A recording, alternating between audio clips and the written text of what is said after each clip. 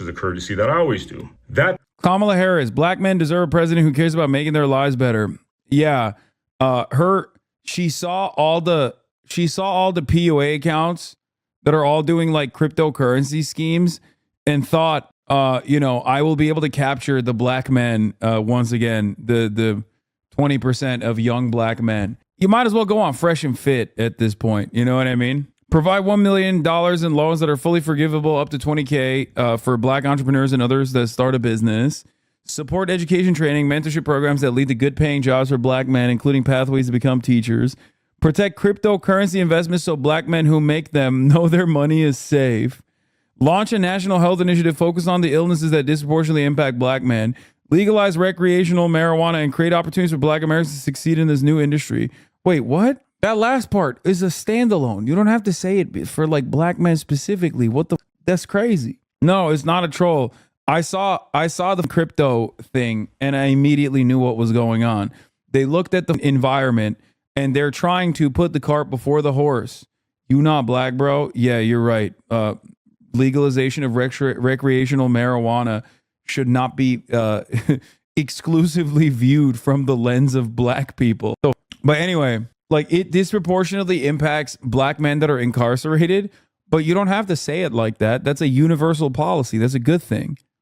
You know? In any case, what she saw, I assume, is what I have seen as well, which is that like all these podcasts and all these black focused podcasts specifically do a ton of like crypto rug pulls and stuff.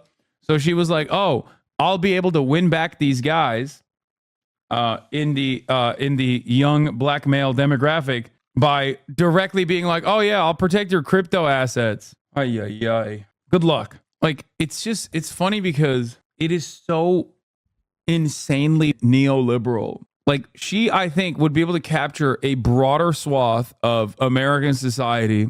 She would piss off a lot more people too if she just straightforward was like, yeah, we're doing reparations. Like, this way you end up, trying to directly target some people because you saw that they watched a podcast and you tried to like hyper target black men of a certain demographic in a campaign that is like hemorrhaging support from said demographic.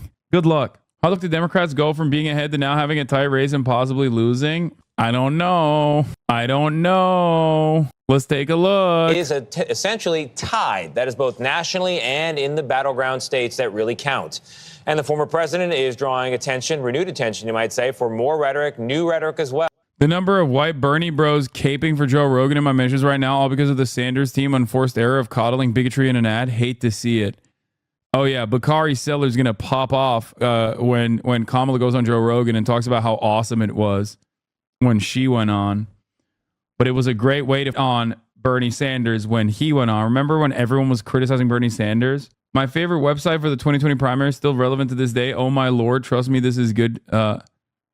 Yesterday, I announced that as president, I'll establish a negative income tax program for senior citizens who open a dunk tank that operates 3 weeks in a red district. Yesterday, I announced I'll establish an equal pay program for unmarried men who open a donut shop that operates 7 weeks in a parking garage.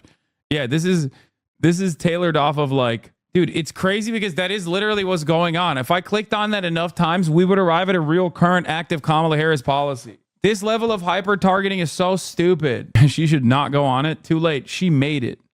Well, about going after his enemies. Caitlin Huey-Burns is on the trail in Pennsylvania for us. Caitlin, good morning. Good morning. Well, a sure sign that this campaign is in the final stretch, the increased rhetoric. Over the weekend, former President Trump leaned into immigration, but he also warned of what he called, quote, the enemy from within. In the battleground border state of Arizona on Sunday, former President Donald Trump focused on what has become.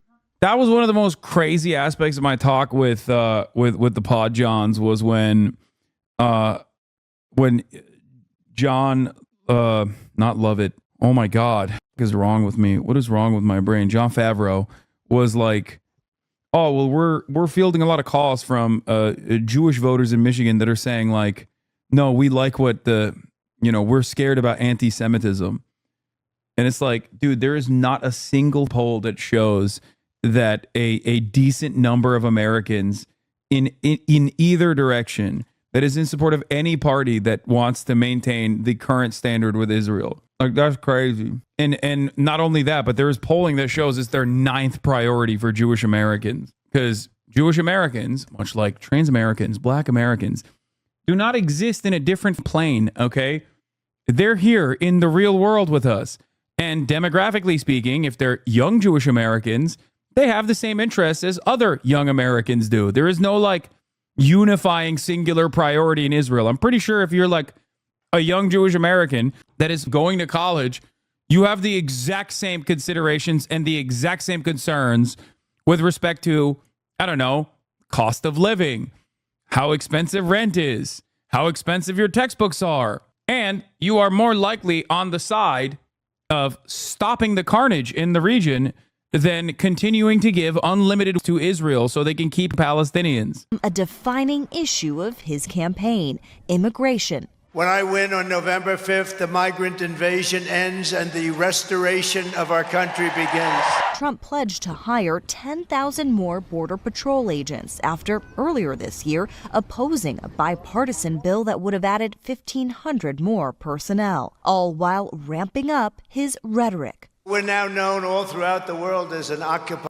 My favorite part of the pod was when you quoted a direct Obama speech line in Obama voice to the guy who wrote the speech. Oh, yeah, that's true. Oh, yeah, when I busted out the nation building, was that what I talked about? I forgot. Yeah, I did do that directly to his face. I didn't do the and pussy too, because I know that John didn't write that line. Country. Also on Sunday, the former president suggested using the military to go after a, quote, enemy from within on Election Day. Where is it? We can find the link. Someone can send the link if you want. We have some very bad people. We have some sick people, radical left lunatics.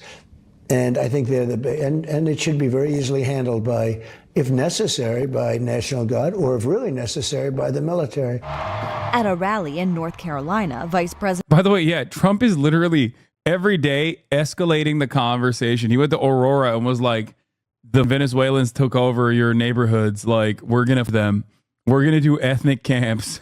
We're going to do mass displacement. And then he's like, we're going to have the National Guard sort it all out. We're going to everyone. By the time the election comes around, he's going to be like, I'm just here to every single person. Like, I'm here to do that. Where I don't know exactly when I brought up the Obama voice. Almost dual loyalty territory. It's like, leave that, especially for young Jewish voters as well. Around 42 minutes. Oh, damn. I almost got it right. To do like neocon agenda that like virtually zero people want, and even less people in DC want it now, because they might want it, but they just don't want it in the way that it's currently unfolding, because even they recognize the danger that presents for interests in the region, right? So who are we doing this for? I know, but like is telling them, like, you know, the Iranian guys are saying to America all the time, but they don't really care. Like, they don't want the money to go there. And back in the day, I think Barack Obama did a fantastic job of communicating that. Instead of doing nation building in Iraq and Afghanistan, we should do nation building here. That's what he said in 2008. You might have written that, actually. Yeah, it's a great line. Very popular Democratic line from way back when. Yeah, I did the too. Oh, no. Josh Shapiro does a way better Obama than you. I know. If you like your podcast, you can keep it. Oh, no. But like, that's the thing. Since the Kerry days, yeah. I know, but like, what happened? Now we're just like, we want to have the strongest dick military of all time. We got to have a lethal military. Like, we got to, we're restructuring the party to do like neocon agenda that like virtually zero people want. And even less people in DC want it now, because they might want it, but they just don't want it in the way that it's currently unfolding, because even they recognize the danger that presents for America's interests in the region, right? Everyone else talks about too, but no one ever thinks about introducing the innovation of Bussy too. Don't worry, gay Obama, Pete Buttigieg will introduce Bussy too. You were spitting in this pod for real? Yeah, it was. It got pretty solid reception, honestly. No shade. This camera angle in your glasses kind of make you a little cross-eyed. Yeah, I don't care. Yeah, I almost said Joe Brandon to him, too. I'm glad I held myself back.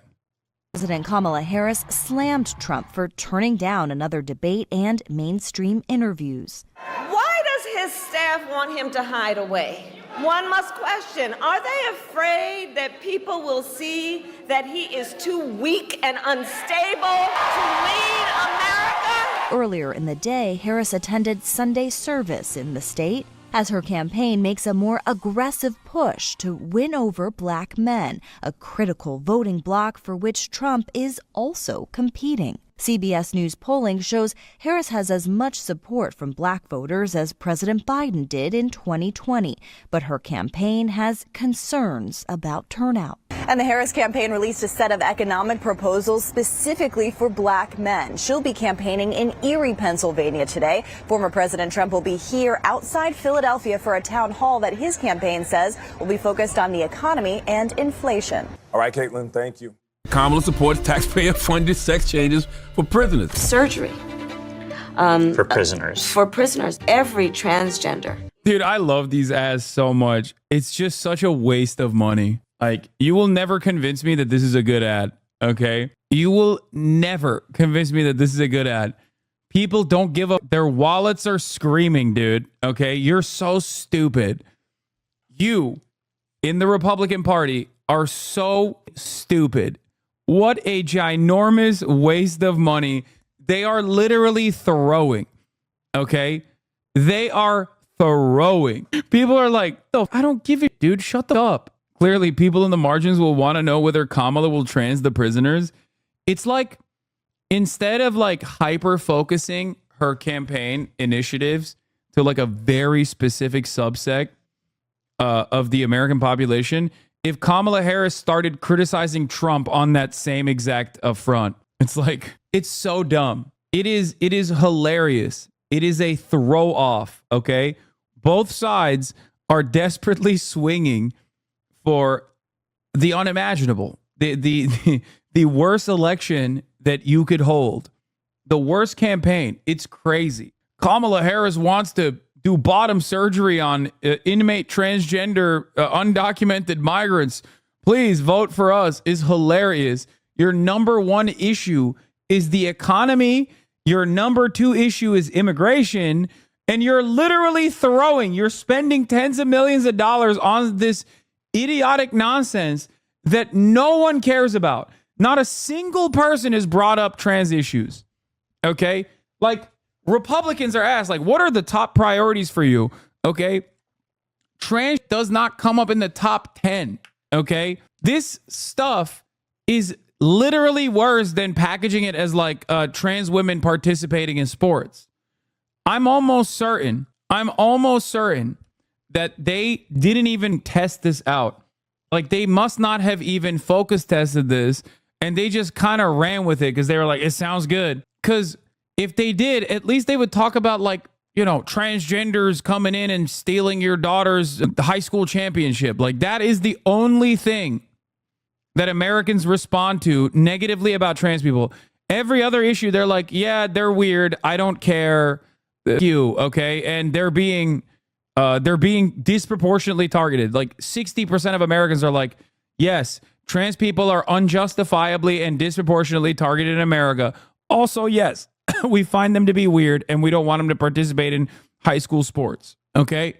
That's it. That's like the American majority opinion. It's weird. It doesn't make sense. But you cannot give these people enough ammunition to give a about trans people. Okay? You just can't. They just don't care. Inmate in the prison system would have access. Hell no, I don't want my taxpayer dollars going to that. Kamala supports transgender sex changes in jail with our money. Kamala even supports letting biological men compete against our girls in their sports. Kamala is for they, them. President Trump is for you. I'm Donald. Oh my God, they got the black voice. Kamala is for they, them. Is for you. I'm Donald J. Trump, and I approve this message. Yeah. Good stuff. Now, the reason why the polls have tightened over the course of the last month is because, and I'm repeating this statement that I made in the Discord, Kamala Harris turns out going on national television and talking about how much she is exactly like Joe Biden was literally more effective in galvanizing the pro-Trump base and getting undecideds to go for Trump than Donald Trump being potentially assassinated twice. Donald Trump gets assassinated every weekend and the polls don't move. Kamala Harris goes on television and is like, I love Joe Biden. I am Joe Biden. I'm Joe Biden, but like even more annoying. Okay. At least I don't even have the quirky moments where like Joe Biden says, listen, fat. And Americans were like, oh my God, this sucks so bad. Oh, it's awesome. It's dope. It's hilarious. And they have not stopped. And now they're like, well, it's sunk costs. We've already leaned in this direction too much. We might as well keep going. It is, after all, a truncated campaign. I'm stealing that line. Oh my God. Yeah, it's weird. I don't care. You might be the punchiest encapsulation of the American ethos I've ever heard. The ignorance, the apathy, the uncalled for aggression, literally perfect. No, but that's it. Most Americans are just like, yeah, trans stuff is weird. I don't care. Thank you for telling me. That is what it is. That is the majority position. Most people literally will be like, trans stuff is weird. I don't care about it. Also, they are literally being against. And also, they shouldn't participate in women's sports. That's it. Those are like, in terms of the trans issues, those are the four most common things that you hear from normal Americans, okay? So when you get into the weeds of this, they're like, yeah, I don't care. Like, why are you telling me this? Why are you telling me this? What the? It is not dissimilar to people who are basically locked in on intactivism, okay? The otherwise moral, not saying that being anti-trans is, but intactivism is a technically morally correct position that is objectively too weird for people to argue for. And that is the reason why so many people that are intactivists are gross. Because at the end of the day, your entire political advocacy revolves around baby penises. And most people are like, that's a weird thing to focus on, man. I don't want to think about that. Okay? That's it. That's literally it.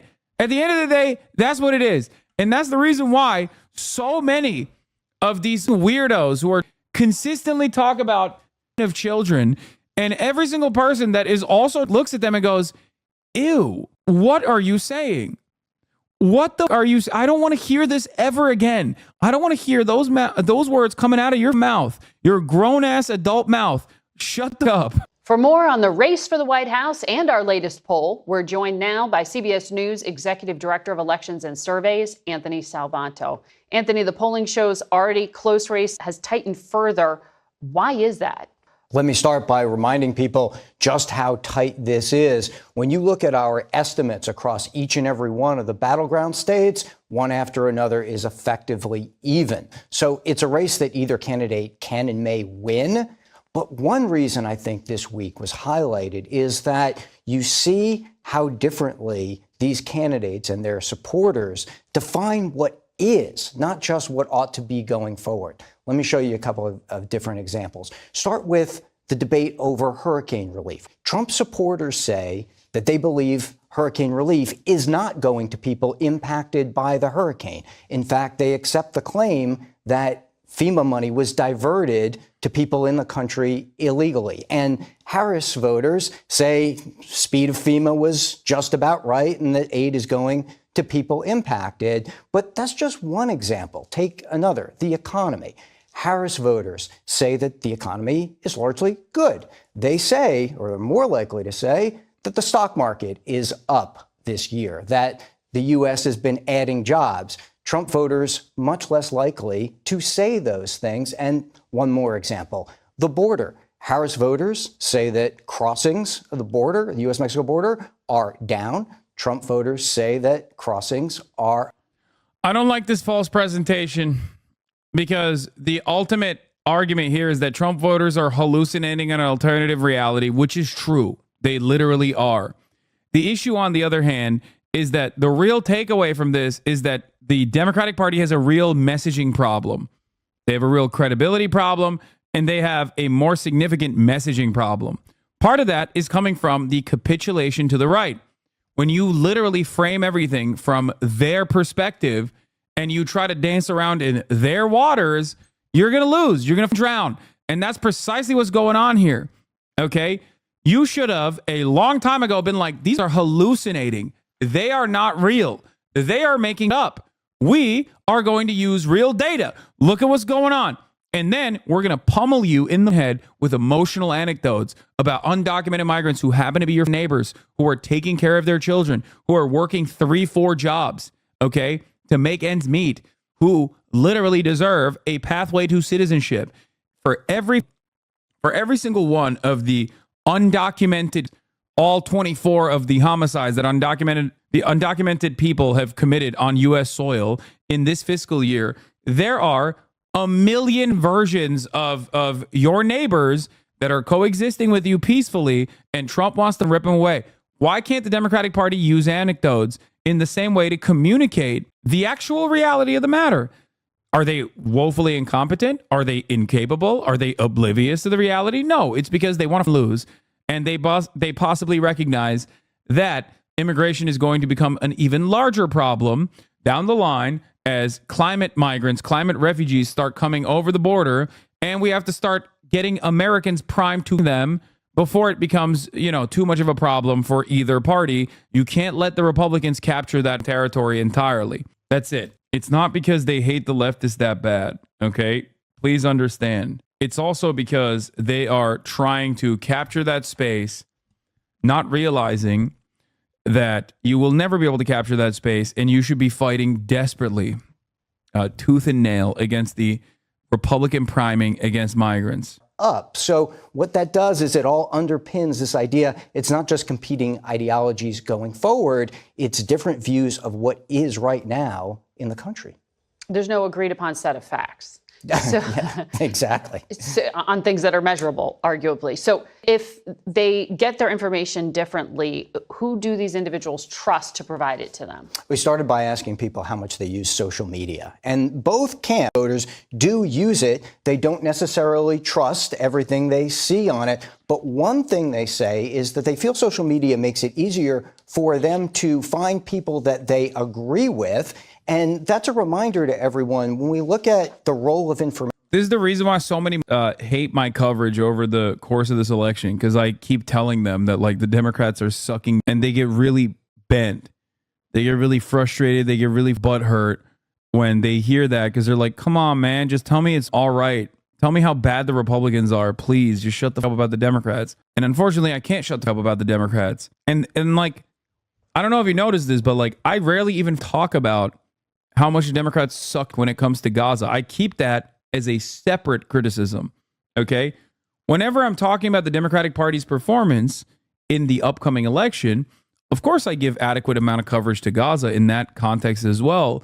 But obviously there are still far greater problems in terms of the campaigning that the Democrats are implementing, and yet people still don't want to hear it, okay? I have a couple low propensity voters in my orbit that talk about how much they love Donald Trump. And I poll them with regular frequency. It's totally anecdotal, and it's, far from the most consequential way of doing this. But I like seeing what they have to say and the likelihood that they will go out and vote. The mid-propensity voter will be voting for Donald Trump. The low-propensity voter that has never voted, the mid-propensity voter has voted in the past for Donald Trump in 2016, didn't vote in 2020. Okay? The low propensity voter has never voted. He is even more conspiratorial than the mid propensity voter. He is not voting. The moment that he tells me he's voting, it's over. Donald Trump is definitely winning. Right now, Donald Trump may be winning. All I'm saying is, if you're a Trump supporter who believes in conspiracy theories and kind of is captivated by Trumpian rhetoric, Trumpian sentiment, okay, and you are going out of your way to vote for Donald Trump in California. No, they're not in a swing state. They're in California. Okay? That means that there are a lot of mid-propensity voters that are doing the same in swing states. That's the way I look at it. Okay, I hate how parasocial you guys are getting. You do not know any of these people. There are a ton of people that I communicate with on a daily basis that I will never have anywhere near the camera. You will never know about them. You guys are being incredibly annoying right now. information, it's not just that people are maybe getting right or wrong things or are steered in a different direction. It's that sometimes they very affirmatively go out and look for things that reinforce existing beliefs. The other part is look at sources of information. For Trump voters, Donald Trump is a trusted source of information, as much as their family and friends, and more than a lot of, let's call them. Wait, what? Feel what tells you is true Trump voters? Top answer is Donald Trump. Friends and family, conservative media figures, religious as leaders. Much as their family and friends, and more than a lot of, let's call them experts. But they're not as trusting across the board of all those things. Whereas Harris voters also trust. Lame medical scientists. Boo. They trust Joe Biden. By the way, this is also just as delusional. Make no mistake. Liberals like to put themselves up on this pedestal of like moral integrity and also intellectual pursuit. And it's like, dog, you just said Joe Biden. Like you trust Joe Biden? Joe Biden is not to be trusted with his bowel movements. Like Joe Biden's immediate family members don't trust him with driving a car. And you're over here being like, well, I trust that 800-year-old little demon who has told me time and time again, he's working tirelessly around a ceasefire, Jack. We beat Medicare. I trust him. Harris very much, but they also trust other sources like the ones that I mentioned across the board. One thing we saw that both camps share is they're concerned about foreign interference, that foreign countries are trying to influence them, the voters, to try to steer this election. And what tends to happen is each camp thinks that Iran, China, Russia wants the other candidate to win this. Where all this comes out is when you look ahead, what happens after the results are counted. Donald Trump's voters are more likely than Harris's to say that his camp should challenge the election if he loses. And they're more suspicious that there will be widespread fraud in this election. That's something, talk about different views of what is, that we need to keep an eye on once the race is over. Interesting. Anthony Salvanto, thank you. Thank you. And for more on our brand new NBC News poll. Bro, you don't understand. Yeah, Iran, dude. Iran is going to interfere in American elections. Like, I feel like even Russia is too busy, doing their own, and so is Iran, to hyper focus on the American elections. They don't have enough cash, even on a good day, to swing in that favor. Maybe China, but even then, it's like, I think they mean Chinese interference is TikTok. That's it. I am joined now by national political correspondent Steve Kornacki to take us through all of the numbers. Let's Steve, go. boy, this is a big one. Yeah, Kristen, the numbers say it. It is a tie game here weeks before the election, and it's that shift. Our last poll taken in the wake of that September. Dog, 44. He made up so much ground, dude. I told you. What did I tell you? Never underestimate the ability of the Democratic Party to snatch defeat from the jaws of victory. Okay? And they did it. And they did the dang thing. And now it is an unnecessarily tight race with current trends showing a trajectory that favors the Republicans and a trajectory that does not favor the Democrats. And the entire time, the Republicans have been running the worst campaign of all time. Okay? Only to be met with the worst campaign from the Democratic Party. She can turn this around by campaigning with George W. Bush in Michigan. Yeah, that's right. For debate, Harris had opened up that advantage over Trump. Gone in our new poll. What goes into that? What's behind that? I think this one is revealing. This is the basic perception. Bro, I'm telling you right now, okay? It's going to be real funny come November when the Democrats lose the general election and barely eke out a victory in the Electoral College. Okay? And then the next day, the Republicans are going to be like, we need to abolish this. We need to abolish this pronto. I'm telling you, Democrats are going to win a marginal victory in the Electoral College while losing the popular vote to the Republicans, dude. Oh my God. The voters have of these candidates. Is it positive? Is it negative? Now, these are not great numbers for either one. Trump 43 positive, 51 negative. He's 8 points underwater, you might say. But look at Harris. exact same positive score and that negative number almost in the exact same place. And this is it. The last time we polled this question after that debate, Harris had really made up ground in this area. Look, she had a positive rating, 48 to 45. So that advantage has all in the last few weeks in our. That is absolutely not going to happen, bro. No way, law. I don't think you guys are looking at. I don't think you guys are looking at polling. Like, national polls overall do not favor the Democrats in the way that you think they do. That's number one. Democrats already need a +5 advantage to win national, to win a national campaign in terms of the national polling anyway, the way that the Electoral College is designed.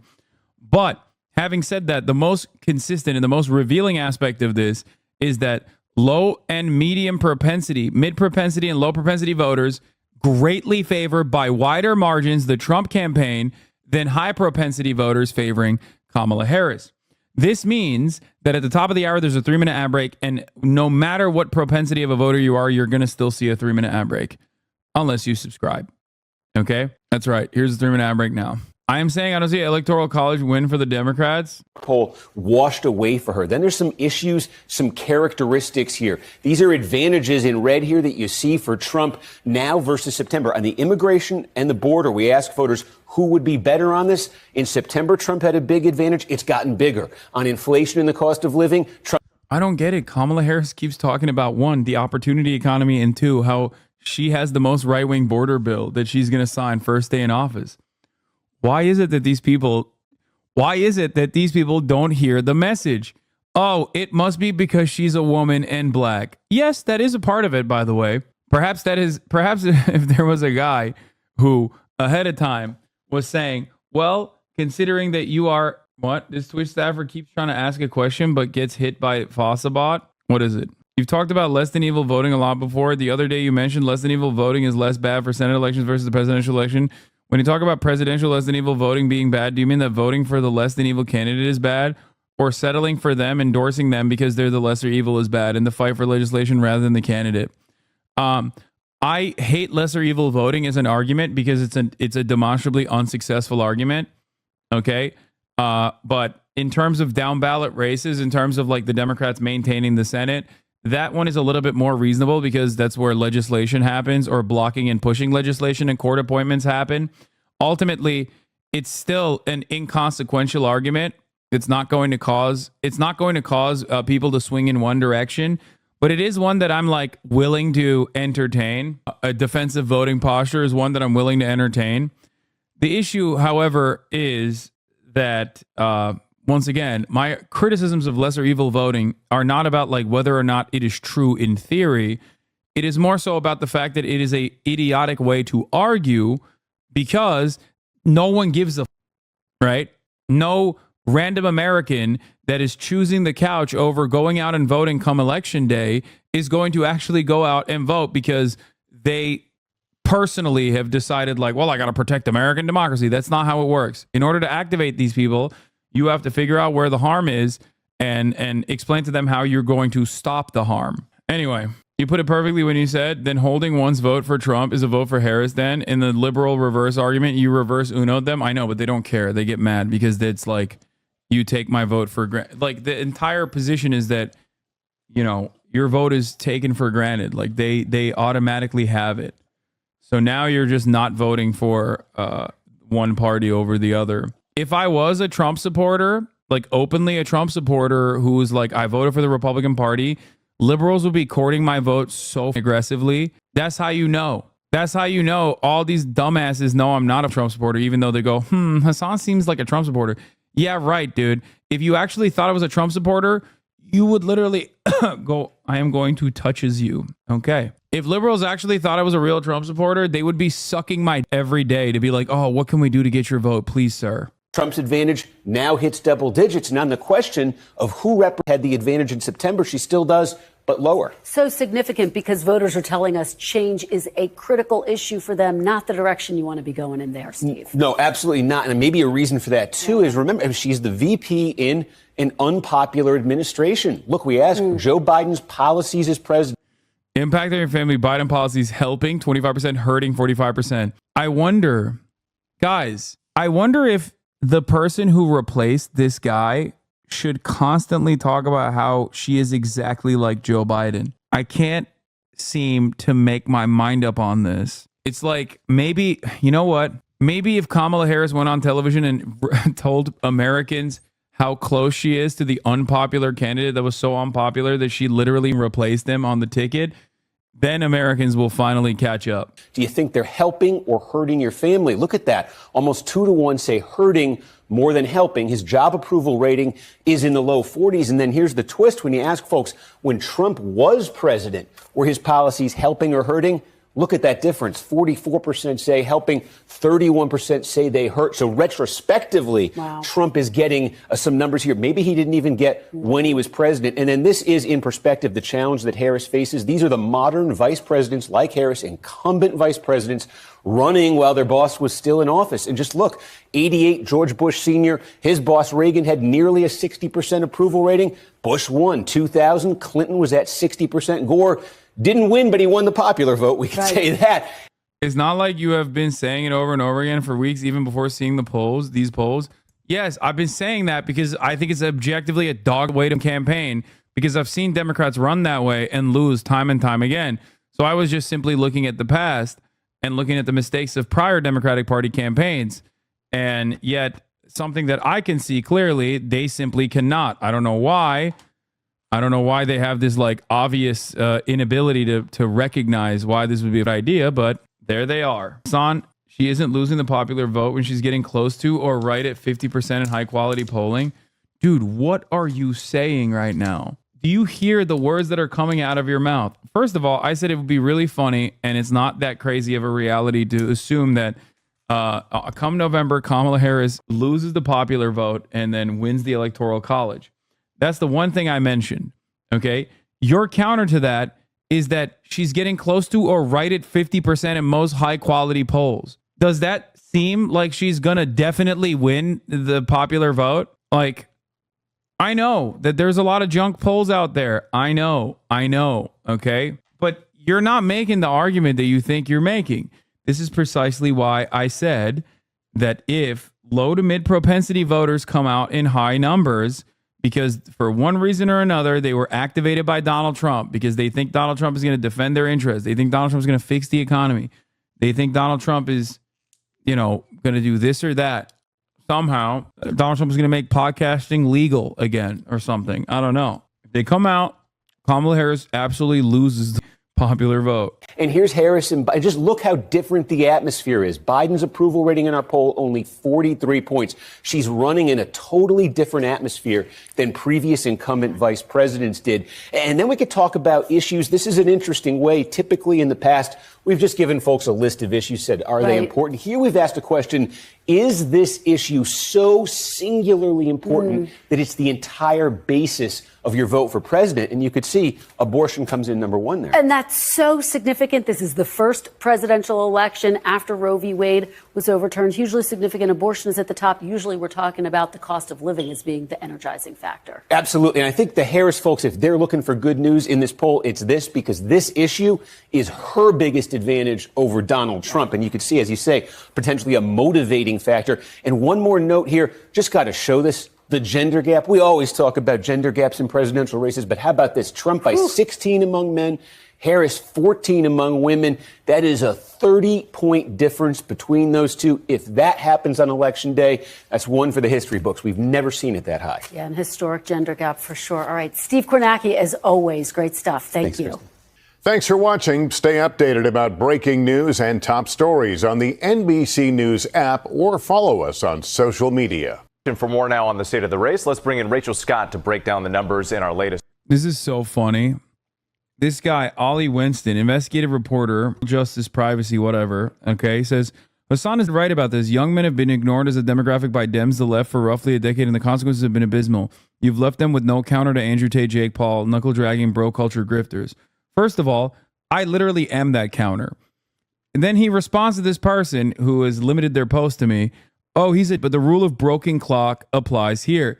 Perhaps your idiotic approach to American politics is part of the problem. Because one, you do not recognize me as a counter to this. And you also personally think I'm there you go. That's it. Like all these people are like, oh, I wonder who's the guy who's like reaching out to young men. This community is dominated by young men, okay? And a platform that is also dominated by young men. I'm the guy.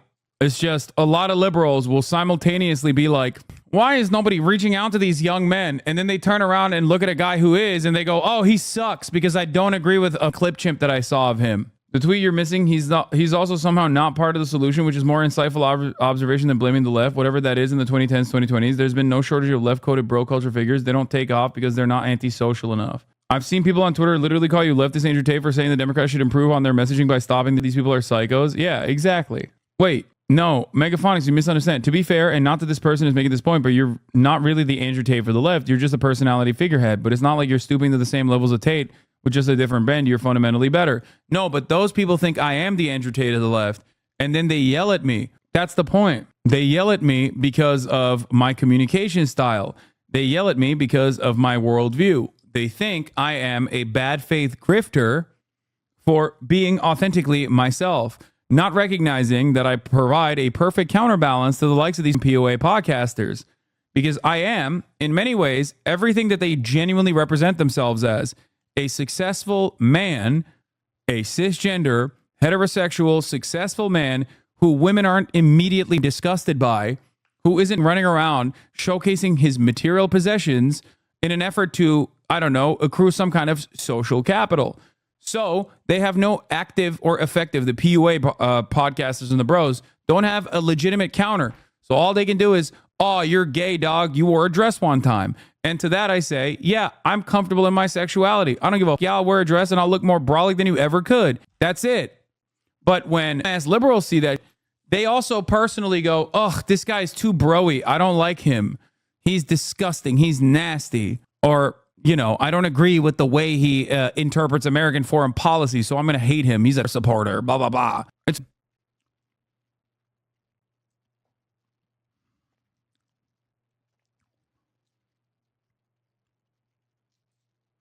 The thing is, would they ever think you are good?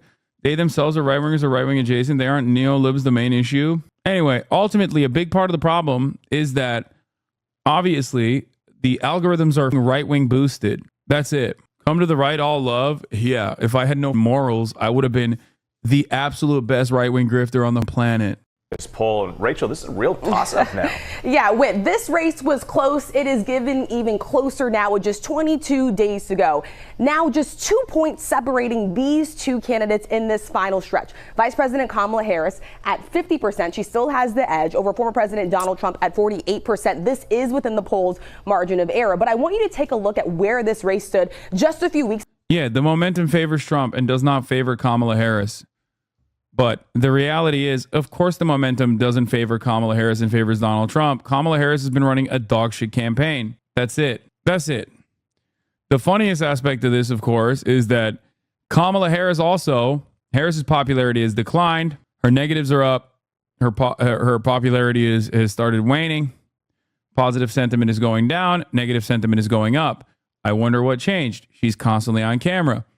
Okay, she's presenting herself in the worst way possible to a broader audience because she's listening to her mass analysts in a goddamn closed circuit telling her that it's the smart thing to do. Okay, that you got to keep hugging and kissing the Republicans, not remembering that you are running against Republicans. Okay, you're running against the Republican Party. Hello. Why would you say that you like the Republicans when you were running against the Republicans? When she launched her campaign as a bold progressive that was going on offense against Republicans, she was a rocket ship. And then she cut that as quickly as possible. Every single advisor needs to be fired. Okay. Anyway, but you know what's even crazier? Abortion is a top motivating issue and the best issue for Harris. That's still carrying her and the reason why she's not underwater. Once again, this is such a Republican election that, one, both parties are saying that they're Republican, okay, to varying degrees. But what's funny is the only reason why it's even a contested election is because of the success of the Republicans in terms of abortion. If they had not overturned Roe v. Wade, this would not even be a conversation, okay? This would not be a conversation. Another thing that I'll say, if January 6th didn't happen, this would not be as contested of a race because there are a lot of Republicans that got picked off because they were like, ugh, I hate it. That's gross. I can't believe that they did that to the Constitution. I love the Constitution. I love hugging and kissing the Constitution. I love putting the Constitution in my ass every night. I love getting by the Constitution. There's a lot of card-carrying Republicans that feel that way. They were like, ooh, it's crazy what Trump did. Okay? So like both of those reasons that Trump is not doing incredible work right now in the polls are directly his own fault. Israel is more important than our healthcare. Vast majorities want a ceasefire, and she's supporting an expansion of the war. Pathetic. Excuse me. Excuse me. Israel's military conflict against our Hezbollah seemingly is the 1, 2, 3, 4, fifth most important issue. But I'm going to read that as it's the fifth most important issue that Americans want and want to support Israel on. That's the way I'm going to read this as, okay? Sorry, you will never tell me that it's not that significant. Still the fifth? Yeah, of course it's the fifth. Americans do not care about foreign policy, okay? They don't care about foreign policy until it's the only thing they care about. We're not there. Seemingly, Israel can do as much in destruction as possible as long as American soldiers are not directly engaged, which they might be now that they have American soldiers doing operating missile defense systems inside of Israel. Okay. Until that happens, is not, Americans, until they go directly into war, they're not going to give you. This is still pretty high, though. They care about it more than healthcare, Social Security, and Medicare, dude. Are you kidding me? Anyway, hey, guess who's doing objectively better on Israel, by the way? Wait, don't they have this here? Handling Israel's military conflict with, what is this? 48% say Trump would do better. 30% say Kamala Harris would do better. Is that what it is? Am I reading this correctly? So 18 points? Nice. 50% say Kamala Harris, wait, what? How did they do this? Deal with inflation and the cost of living. 50% say Republicans will do better. 39% say Democrats will do better. Kamala Harris will do better. The vice presidential debate did a great disservice showing what the reps are normal, likable, and relatable, and that they have more in common than you think and not weird fascists, etc. I know, it was a major mistake. Yes, look at the top. No, the way that they did this is weird because they swap out the blue and the red. No, they don't. Blue is Dems and reds is reps. More than 50% of Americans appear to support Israel. Do you think that's actually true or what? No, I don't. They play fast and loose with the data whenever they bring up any kind of like support for Israel that's beyond marginal. Did you watch the New York Times interview with JD Vance the other day? Yes, I wanted to. Okay, it was so bad, especially when I had to shut it off for like a little bit and breathe when the interviewer said, "How much time would it take for you to deport every undocumented migrant on U.S. soil, which you have officially lied about and said is 25 million?" I was like, "That's really the question? Like that's the how fast they can deport migrants? Like that's the question you want to ask, New York Times? That's insane." JD Vance had another banger of an interview where he presented himself to a liberal audience as a normal liberal, for the record, like as a normal conservative. Anyway, well, 50% sounds reasonable considering a lot of them seem to support Israel too. No, it doesn't. Of course it doesn't sound reasonable. And no, what are you talking about? A lot of them support Israel? No, dog. It's only the media and also the Democratic Party that actually actively supports Israel. Please talk to a normal person for once in your lives. Please, I can't believe I'm the one who's saying this. I've been live for 9 hours today. Okay? Like, look at one poll. Look at one poll that isn't like, look at the actual polling data and not what the article headline says the polling data represents. And you will understand that that is a ridiculous statement. Half the time, the polls are like, do you support a full Islamic takeover that will restore the Islamic Caliphate? Or do you support the most moral nation on the planet, Israel? And even then on those polls, it's like 75% being like, no, I said the Shahada. I believe in the Islamic Caliphate. What the fuck are you talking about? Earlier today, we talked to a content creator by the name of Asmongold, who said Palestinians have inferior culture and deserve their fate. He also personally believes, despite the Islamophobic sentiment, that Israel is doing it and that is unacceptable. Please understand that most Americans are probably closer to Asmongold than your friends are, okay? Than you are to most Americans in their attitude towards this. But even then, Most Americans are like, yeah, I don't really like what Israel's doing. Oh my God. Remember when there was a poll? Yeah, post October 7, when they asked like young, there was the Harvard Siena poll. Yeah. There was a poll that asked young people to pick between some of the IDF, and everyone sided with, they were like, young people support us. What the fuck is going on? It's like, bro, you asked them. There is no other option there. Obviously, they're going to be like, okay, well, not the guys that have so many people. Yeah. No lesser evil voting, baby. You want harm reduction voting? You got it. You won't be shocked to learn that this Washington Post survey of 400,000 shows that Jews in America are voting overwhelmingly for Democrats, and the only ones voting Republicans cited Israel as support for being their main reason.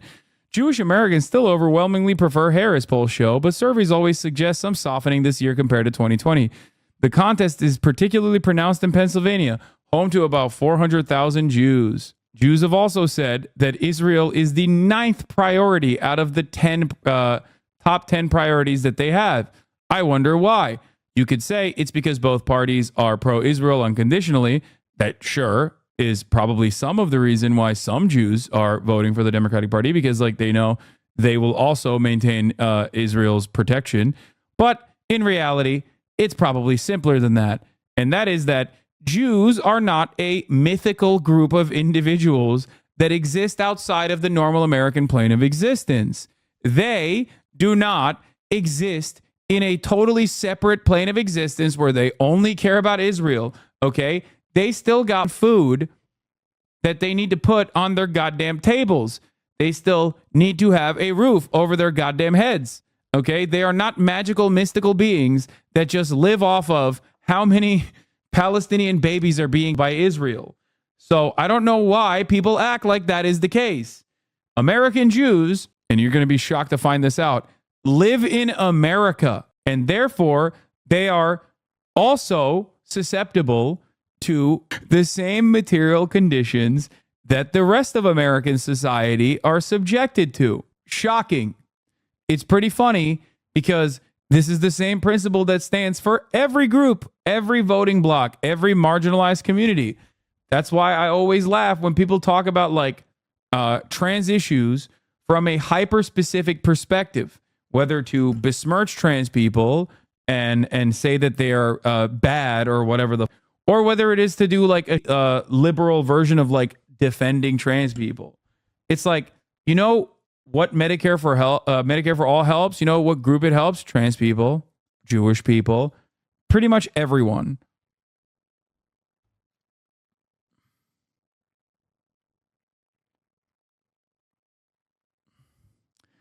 Harris and Trump vie for Jewish voters unsettled by conflict. The contest is particularly pronounced in Pennsylvania, home to about 400,000 Jews, more than 4 times Biden of margin of victory in the state of 2020.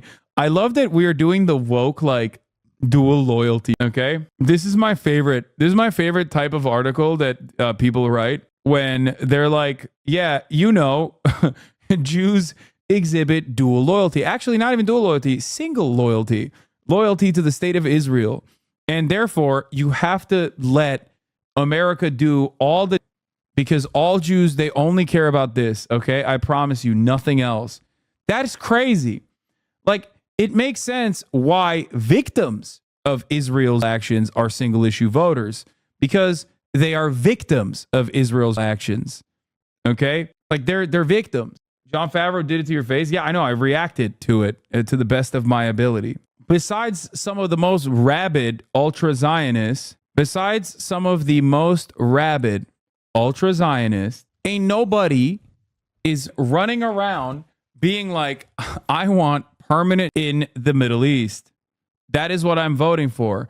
Those guys exist. They're evangelicals, okay? And they're voting for Donald Trump anyway. That was a really weird point he made. Honestly, it didn't seem real. Yeah, it also doesn't like show up in the data at all. I read this article this morning, by the way. They're pointing to Vice President Kamala Harris' Jewish husband, Doug Emhoff, her role in crafting a national strategy to counter anti-Semitism and her work to pass billions in security funding for Israel. They're amplifying past comments by former President Donald Trump that many Jews condemned as anti-Semitic. Jewish Americans still overwhelmingly prefer Harris poll show, but surveys also suggest some softening this year. Yeah, dude, it went from 80% to 75%. Wait, when I said this, you yelled at me? What? To be honest, Jews and Muslims all over the Middle East is basically just what Muslims did to other religions when they first took over the Middle East. It's basically 1,400-year-old karma for Muslim colonialization. What? Actually, Jews live underground with the lizard people. Remember the Jew tunnel story? I love that this guy is like deeply anti-Semitic, but also simultaneously deeply pro-Israel. That's cool. Like, he's anti-Semitic in a way that you would assume him to be like, oh, I hate Israel. But no, he's also like, he's a Nazi that falls on the other side of the equation. Cool, man. Thanks for your input. I was referring to the Doug thing, although obviously I came from it from the opposite perspective compared to what you're saying in the article.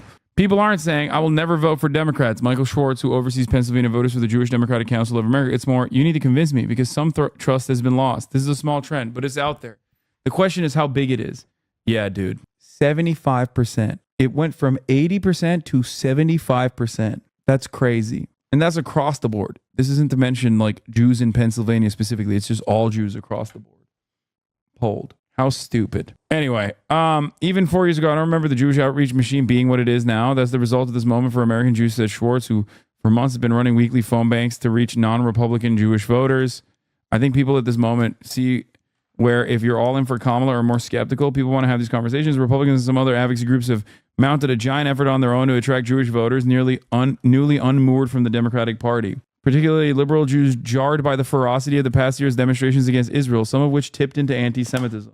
I love this because in many ways, this is also super like rushing to as right-wing of a position as possible. And it's like kind of still losing voters to the Trump administration, which is crazy. Anyway, Republicans and some other advocacy groups have mounted a giant effort on their own to attract Jewish voters newly unmoored. They're using specifically developed apps that record which Jewish friends are registered to vote. Republicans doing an app to track Jews. Oh, well, that seems like a good idea, man. Come on, get on this application. We just want to track you for no reason. A family member of mine keeps forwarding me campus alert emails from ADL, which are so funny because it's just like daily, endless, rage-based stories about minor incidences of college campuses. Most aren't even that. It's just like we saw the words Free Palestine in chalk on the sidewalk. Nationally, outbreaks of anti-Semitism have led to some Jewish voters to fear for their safety, a circumstance that can be pervasive in their voter behavior. I think there's nothing funnier than being like, I saw anti-Semitism increase. That's why I'm voting for the guy who literally said the group of people that said Jews will not replace us, some of them were very fine. Like, dude, look, everyone has the capacity to be an idiot, okay? Yeah, I'm going to go with the guy that literally had dinner with Kanye West and another open neo-Nazi. That's the guy I'm going with. He's really going to deal with anti-Semitism. The guy who said he's going to blame the Jews if he loses the election. That's awesome. But of course, regardless of the way that like the media is trying to cover this, obviously most people understand the reality. Most Jews understand the reality. That's why they're literally, 75% in the tank for the Democratic Party, as they always are. Like, historically speaking, the Jewish vote does not swing far away from 70 to 80% going for the Democratic Party. Anyway, you got a crumb of copium for us? Trump admin part 2 depressing as hell? I don't. Unfortunately, I don't feel like Israel can ever be dealt with without guaranteeing a Jewish state of some type. I don't see us completely returning to the stolen land as an overarching narrative among even Jewish people that a Jewish state isn't necessary. Yeah, it doesn't matter. Like ultimately, if you're asking me what is right, then I'm going to tell you what is right. And saying that, there has to be a Jewish demographic majority state in the region is not correct, because Israel, even within its own borders, is still going to have demographic concerns about the Palestinian citizens of Israel, the non-Jewish population of Israel. Okay? That's ridiculous. They can't just be like, all right, we're going to withdraw from the West Bank 750,000 Jews that live there, okay, and then magically create a two-state that surrounds Israel proper, and there's still going to be Palestinian citizens of Israel inside of Israel. You have to be interested in compromise. Christian Zionism doesn't have a path of compromise. No, it just doesn't matter. Like, it doesn't matter that the American Zionist social conditioning, the American Zionist predisposition that is baked into like the collective consciousness of a lot of Reform Jews here in this country as almost like with almost religious rigor. Like, it has basically become a substitute for a catch-all religious understanding for non-religious Jews in this country. It still doesn't change the reality that, like, it has to no longer exist this way. It can't. Like, it doesn't matter. Anyway,